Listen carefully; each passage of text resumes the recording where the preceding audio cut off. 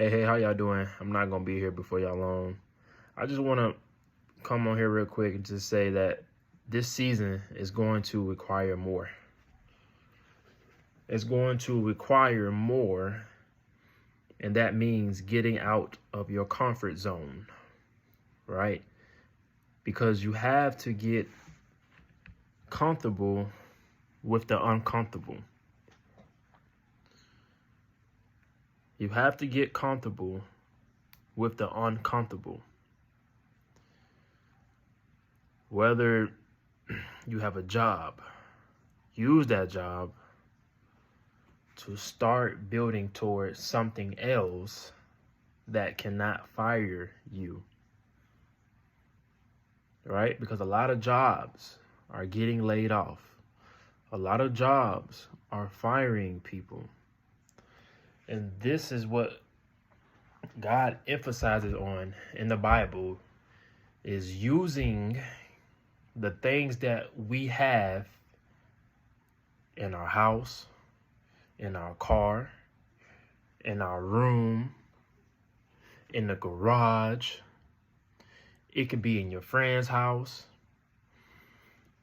But usually the thing that is underneath our nose is the thing that can help us get out of debt.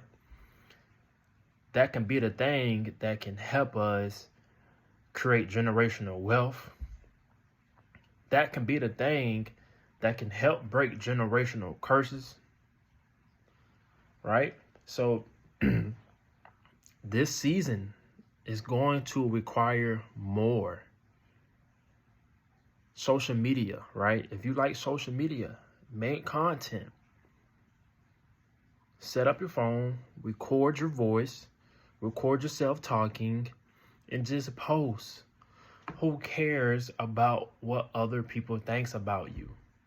Social media is scaling to a level that you can take advantage of, and it will help you in your life. It will help your family. It will help friends.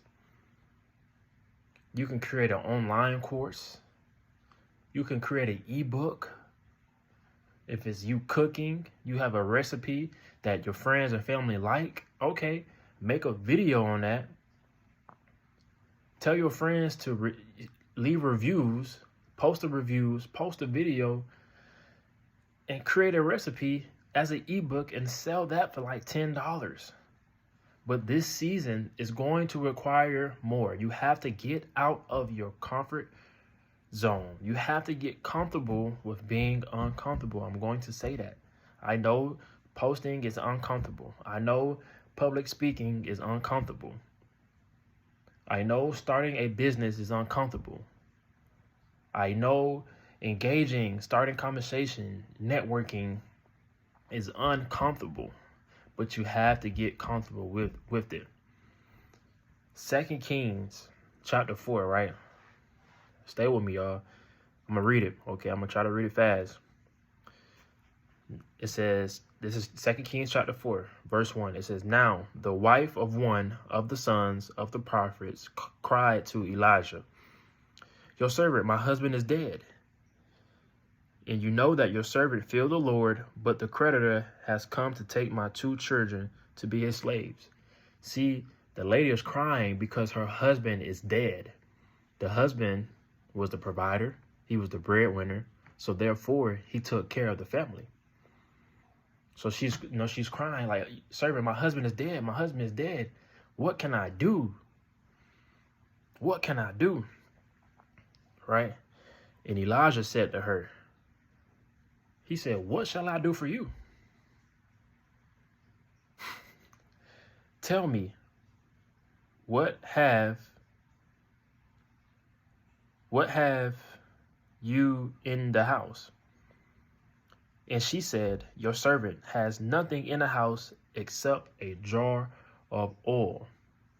But let's go back to what Elijah said to her. He said, "What shall I do for you? Tell me, what do you have in your house?" See, a lot of times, that's the type of friend you need. That's the type of friend you need, where he can come to you and say, "What do you want me to do? What do you have?" that can help you get out of this situation.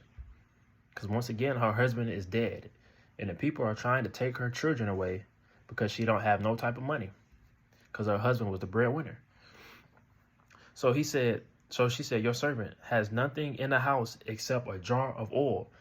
So all she has right now is a jar of oil in her house. Then he said, go outside, borrow vessels from all your neighbors, empty vessels, and not too few. Then go in and shut the door behind yourself and your sons, and pour into all these vessels. And when one is full, set it aside. So what she's doing now is she's going to neighbors, she's getting vessels. And what she's going to do is she's going to fill these vessels up with the oil that she had in her house. But that oil that was in her house, she was overlooking that oil. She was overlooking that oil. That's why she said, servant, I don't have nothing in my house except oil. And he probably like, that's all you need is oil. That thing that's underneath your nose can be the thing that can help you get out of your debt.